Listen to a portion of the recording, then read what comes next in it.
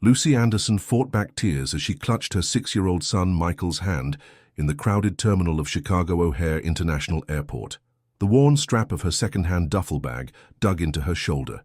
It contained everything they owned that mattered.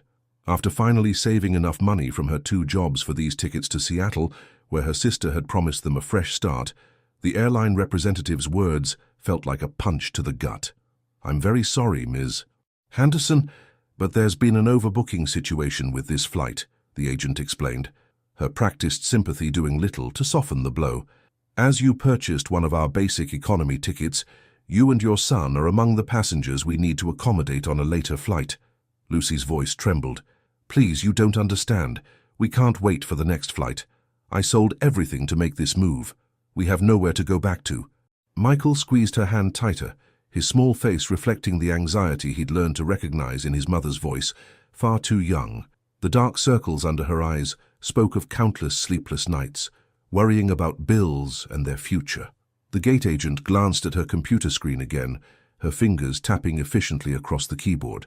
The fluorescent lights overhead cast harsh shadows across her face as she delivered the news that threatened to shatter Lucy's carefully laid plans. "The next available flight isn't until tomorrow morning. We can provide you with hotel vouchers and meal compensation." "Mom?" Michael whispered, his voice small but steady, tugging at the sleeve of her worn jean jacket. "Are we not going to see Aunt Rachel today?" The question nearly broke her. Lucy had promised him everything would be different once they reached Seattle. No more moving between friends' couches. No more choosing between dinner and bus fare. No more watching her work herself to exhaustion trying to keep them afloat. Her sister Rachel had finally secured a position at her company that would let Lucy work remotely, while Michael attended a good school in a safe neighborhood. She looked down at her son's hopeful face, remembering all the times he'd been brave beyond his years. The nights he'd pretended not to notice when she ate nothing so he could have a full meal. The way he never complained about wearing second-hand clothes or missing birthday parties because they couldn't afford presents. The quiet strength in his eyes made her heart ache with both pride and guilt. As Lucy stood there feeling the judging glances of other passengers filing past them to board, a deep voice spoke from behind. "Excuse me." She turned to find herself looking up at a tall man in an impeccably tailored suit. His presence commanded attention without effort. Steel-gray eyes, dark hair touched with silver at the temples, and features that suggested both authority and kindness. The kind of person who belonged in the first-class line, not dealing with overbooked economy struggles. "I couldn't help but overhear," he said, addressing the gate agent while sliding his own ticket across the counter. "I'd like to give my first-class seat to Miss Anderson and her son. I'll take the next flight." The gate agent's professional mask slipped for a moment in surprise. "Mr. Harrison, are you sure? As a platinum member, we could—" "Quite sure," he interrupted smoothly, then turned to Lucy with a gentle smile that reached his eyes, creating small crinkles at the corners. "I have the flexibility to wait. It seems you don't." Lucy stared at him, stunned by this unexpected act of kindness. The wedding ring absent from his left hand caught her attention briefly before she pushed the observation away. We couldn't possibly—" "Please," he said softly, his voice carrying a warmth that seemed to wrap around her like a comfortable blanket. "Allow me to help. Sometimes the universe puts us in the right place at the right time to make a difference." Before she could protest further, he had already arranged everything with the agent. Lucy found herself holding 2 new boarding passes, her hands shaking slightly as she read Seat 2A and Seat 2B, printed in clear type. The thick paper felt almost foreign in her calloused hands, so used to counting small bills and handling cleaning supplies. "Thank you," she managed, knowing the words were inadequate to express the depth of her gratitude. "I don't know how to repay—" "Daniel Harrison," he introduced himself, extending his hand. His grip was firm but gentle, and she noticed his hands bore the slight calluses of someone who didn't just sit behind a desk all day. "And no repayment necessary. Though—" He paused, reaching into his jacket pocket and retrieving a business card from a sleek leather holder. "If you'd like to let me know you both arrived safely, my contact information is there." As they boarded the plane, Michael's eyes went wide at the sight of the spacious first-class cabin. "Mom, look at these big chairs," he whispered excitedly, momentarily forgetting his usual shyness. His face lit up with the pure joy that only a child could express, making Lucy's heart swell with love. Lucy helped him settle into his seat, still processing the surreal turn of events. As she tucked the business card into her wallet, she caught a glimpse of the company name, Harrison Architectural Solutions. Something about it tugged at her memory, but before she could place it, the flight attendant arrived with apple juice for Michael and water for her. What Lucy didn't notice was Daniel Harrison, watching their plane depart from the terminal windows, his phone already to his ear. "James, yes, I'll be on the later flight. Listen, remember that position we've been trying to fill in the Seattle office? I think I may have found someone perfect for it. Run a background check on Lucy Anderson." "Yes, that's right. And James, make it thorough but discreet. I have a feeling there's quite a story there." As their plane climbed through the clouds, Lucy closed her eyes, exhausted but grateful. She had no way of knowing that the business card in her wallet would lead to far more than a simple thank you call, or that Daniel Harrison's impulsive act of kindness was about to set in motion a chain of events that would change not just her life, but his as well. In the seat beside her, Michael was already asleep, a small smile on his face as he clutched the stuffed dinosaur that was his only remaining toy. For the first time in months, Lucy allowed herself to hope that maybe, just maybe, their luck was finally changing. Little did she know this was only the beginning of a journey that would test her strength, challenge her beliefs about trust, and potentially open her heart to possibilities she'd long since abandoned. The luxurious first-class seat felt surreal to Lucy as she watched the clouds drift past her window. Michael had fallen into a peaceful sleep beside her, his small chest rising and falling steadily. For the first time in years, she allowed her guard to drop slightly, though her hand still instinctively clutched her worn purse containing Daniel Harrison's business card. Her mind wandered back to the mysterious businessman. There had been something in his eyes, not pity which she'd grown accustomed to seeing, but genuine understanding. The memory of his kind gesture brought back another, more painful one, the last time someone had offered to help her. 3 years ago, her ex-husband James had promised to support them, right before disappearing with their savings and leaving her to face eviction alone. Since then, she'd learned to rely solely on herself, working as a cleaning lady by day and a restaurant server by night, while taking online courses in business administration whenever Michael slept. The flight attendant's gentle voice interrupted her thoughts. "Would you like some breakfast, Miss Anderson?" She presented a menu that made Lucy's eyes widen. The offerings were far beyond the simple granola bars she'd packed for their journey. "Mom, can I have pancakes?" Michael had awakened, his eyes bright with excitement at the prospect of a real breakfast. Lucy hesitated, old habits of frugality warring with the knowledge that this meal was included in their upgraded tickets. "Of course you can, sweetie," she finally said, watching his face light up as he carefully selected his meal. The flight attendant's kind smile told her she'd made the right choice. As they ate, Lucy couldn't help but notice the other first-class passengers, most absorbed in laptops or tablets. A woman in an expensive suit caught her eye and gave her an appraising look that made Lucy's cheeks burn. She was acutely aware of her worn jeans and second-hand sweater. "Ms. Anderson?" A different flight attendant approached with a tablet. "Mr. Harrison asked us to ensure you had access to our in-flight entertainment system. He mentioned your son might enjoy the children's movies." Michael's eyes lit up at the mention of movies, a luxury they hadn't been able to afford at home. Lucy found herself blinking back tears at this additional thoughtfulness from a stranger. The flight progressed smoothly until they hit turbulence somewhere over Montana. As the plane shuddered, Michael grabbed her hand, fear evident in his eyes. Lucy started telling him stories about his favorite dinosaurs to distract him, drawing on knowledge from their frequent library visits. A businessman across the aisle smiled at their conversation. "Your son knows a lot about paleontology," he commented. "My company actually funds several dinosaur excavation sites." Before Lucy could respond, the man introduced himself as Robert Chen, head of a scientific research foundation.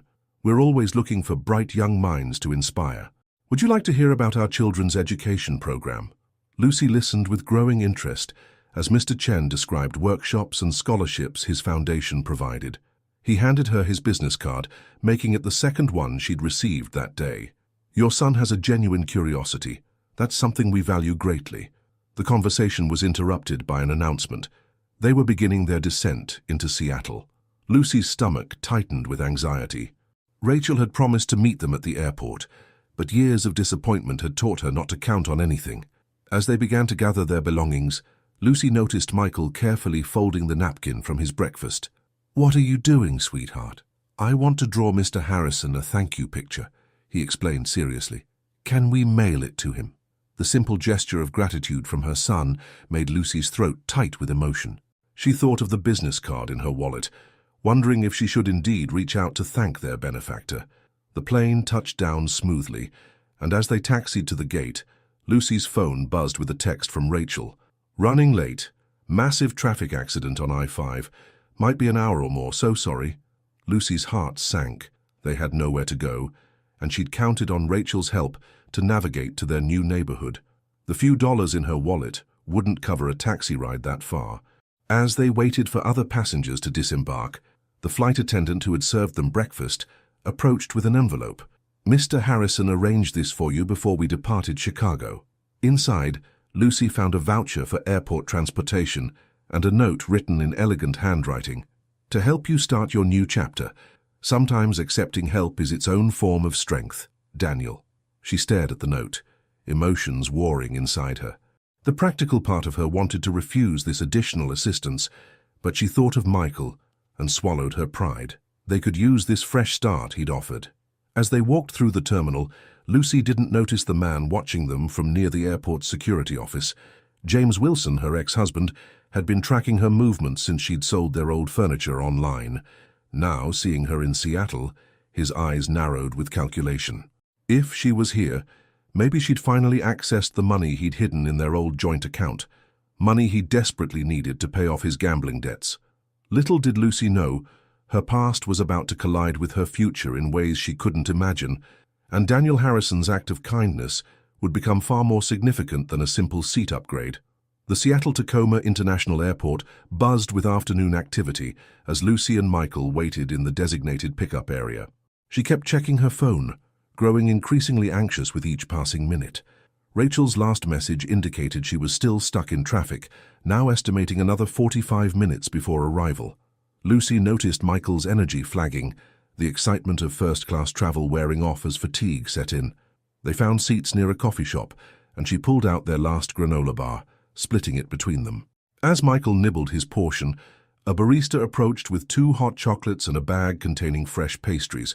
"The gentleman over there purchased these for you," she explained, gesturing toward the shop. Lucy's heart skipped a beat, half expecting to see Daniel Harrison, but instead her blood ran cold. Through the crowd she caught a glimpse of a familiar face that haunted her nightmares. James, her ex-husband. He smiled and started walking toward them, his confident stride unchanged from their married days. Lucy pulled Michael closer, her protective instincts kicking in. "Michael, honey, we need to move, now." "But Mom, the hot chocolate." "Leave it," she whispered urgently, gathering their bags. Her mind raced through options. They couldn't go outside. Rachel wasn't there yet. The bathrooms would be a dead end. Security was too far. Just then, a deep voice called out, "Lucy, there you are!" Daniel Harrison strode toward them from the opposite direction, his presence commanding enough to make James hesitate. Lucy stared in disbelief as Daniel approached, his expression warm, but his eyes conveying a clear message. "Play along." "I'm so sorry I'm late," Daniel continued smoothly, positioning himself between them and James's approaching figure. Traffic was worse than expected. "Is this our guy?" He smiled at Michael, who looked confused but not afraid. Lucy found her voice, years of survival instincts helping her catch on quickly. "Yes, we were just waiting for you. Michael, remember I mentioned Mr. Harrison might meet us?" Her son nodded slowly, picking up on her serious tone. Daniel efficiently gathered their bags, his hand gentle but firm on Lucy's elbow as he guided them toward the exit. "My car's just outside. We shouldn't keep Rachel waiting at the new apartment." As they walked, Lucy glanced back once to see James standing frozen, his calculated approach disrupted by this unexpected development. The look of frustrated rage on his face sent shivers down her spine. Once outside, Daniel led them to a sleek black SUV with tinted windows. "Get in," he said quietly. "I'll explain everything." Lucy hesitated for a split second, but the sight of James emerging from the airport doors made her decision. She helped Michael into the back seat and climbed in after him, her heart pounding. As they pulled away from the curb, Daniel spoke into his phone. "He's here, just as you predicted. Dark blue suit, brown leather briefcase. Yes, follow him, but maintain distance. He glanced at Lucy in the rearview mirror. I assume that was James Wilson. Lucy's mouth went dry. How do you... My team has been investigating him since Chicago, Daniel explained, smoothly navigating through airport traffic. When you mentioned selling everything for the move, something felt off.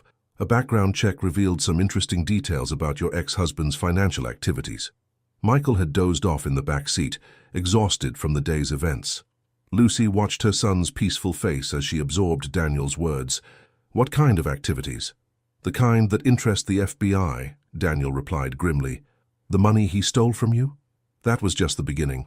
He's been running a sophisticated investment scam, targeting vulnerable single parents. You weren't his first victim, but you might help make sure you're his last. Lucy's mind reeled as pieces fell into place. The sudden appearance of James, his desperate approach at the airport. But why are you involved? Why help us? Daniel was quiet for a moment, focusing on the road before speaking. 20 years ago, my sister was in a situation similar to yours. Her husband took everything, left her and my niece with nothing. I was away on a construction project in Dubai, couldn't get back in time.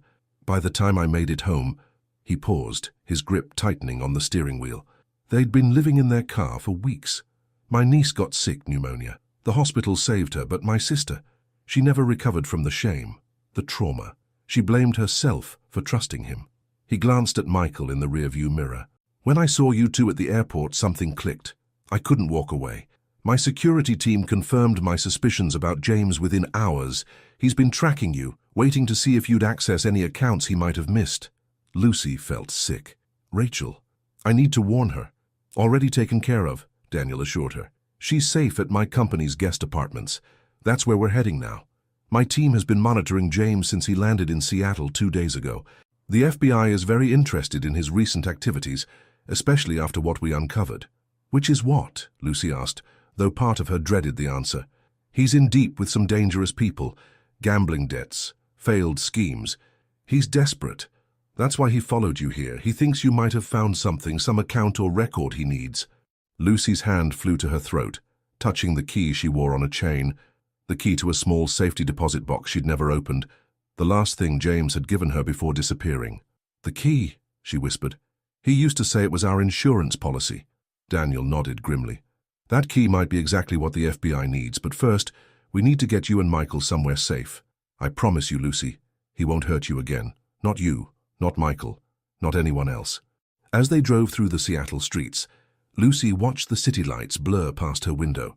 In the span of one day, her life had transformed from a desperate escape to something far more complex. She looked at Daniel's profile, seeing him in a new light, not just a kind stranger, but someone who understood her struggle more deeply than she'd imagined. What she didn't know yet was that the key around her neck would unlock more than just a safety deposit box. It would unlock a future she never dared to imagine, with a man who saw her strength even when she doubted it herself. The next few weeks passed in a whirlwind of activity. Lucy and Michael settled into a comfortable apartment in a secure building owned by Harrison Architectural Solutions, while Daniel worked closely with the FBI to build their case against James. The safety deposit box had indeed contained crucial evidence, detailed records of James's massive investment fraud scheme that had victimized dozens of families. One rainy Seattle evening, Lucy sat on her small balcony after putting Michael to bed. Wrapped in a warm blanket Daniel had brought over earlier that week, she watched the city lights shimmer through the drizzle, reflecting on how drastically her life had changed since that fateful day at O'Hare Airport. Michael was thriving in his new school, especially after Mr. Chen's foundation had accepted him into their Young Scientists program. Lucy smiled, remembering her son's excitement when he got to hold his first real dinosaur fossil at the Foundation's museum. A gentle knock at the door interrupted her thoughts. She opened it to find Daniel standing there, his usual suit replaced by casual jeans and a sweater, holding 2 cups of coffee from her favorite local cafe. "Thought you might need this," he said, offering her a cup. "The FBI just called. They arrested James this afternoon." Lucy's hands trembled slightly as she took the coffee. "It's really over." Daniel nodded, following her out to the balcony. "He'll be facing federal charges. The evidence you preserved..." "Lucy, You helped uncover one of the largest investment fraud schemes targeting single parents in the Pacific Northwest.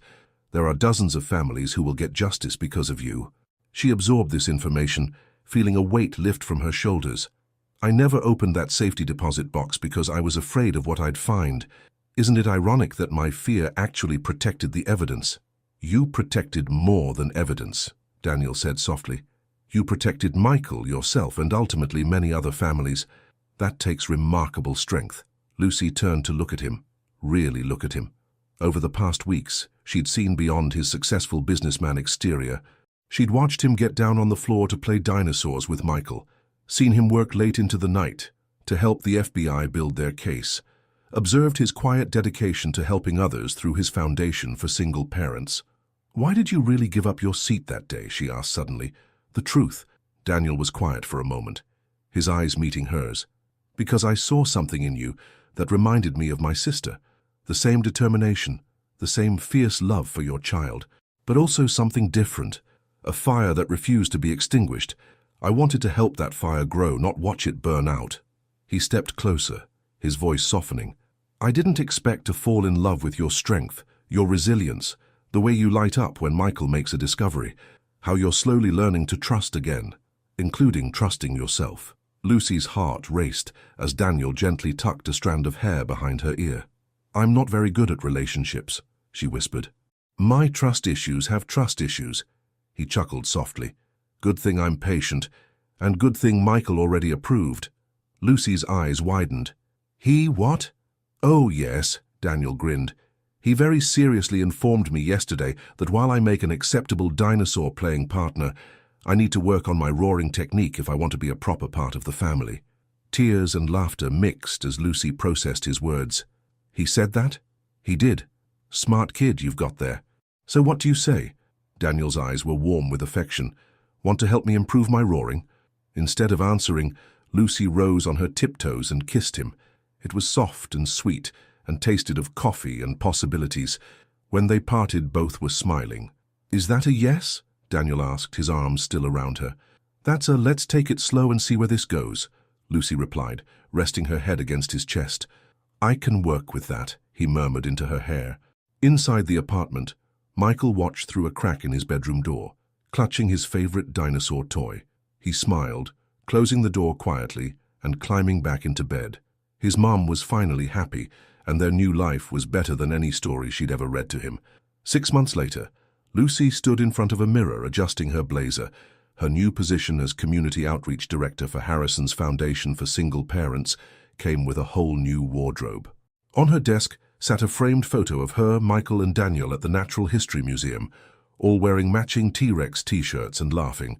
The gold key that had once represented her past now hung in a shadow box on her office wall, alongside newspaper clippings about James's conviction and the Foundation's work helping families rebuild their lives. It served as a reminder that sometimes the things we fear most can lead us to the things we need most. That evening, as she watched Daniel teaching Michael how to properly roar like a Tyrannosaurus Rex in their backyard, Lucy realized that sometimes the hardest falls lead us to the softest landings. Her hand absently touched the small velvet box hidden in her desk drawer. Inside was a dinosaur-themed ring she'd bought to give Daniel when she finally asked him to make their family official. After all, she thought with a smile, sometimes the best love stories don't start with a grand gesture, but with a simple act of kindness at an airport gate. And sometimes, just sometimes, giving up your seat can lead you exactly where you were always meant to be.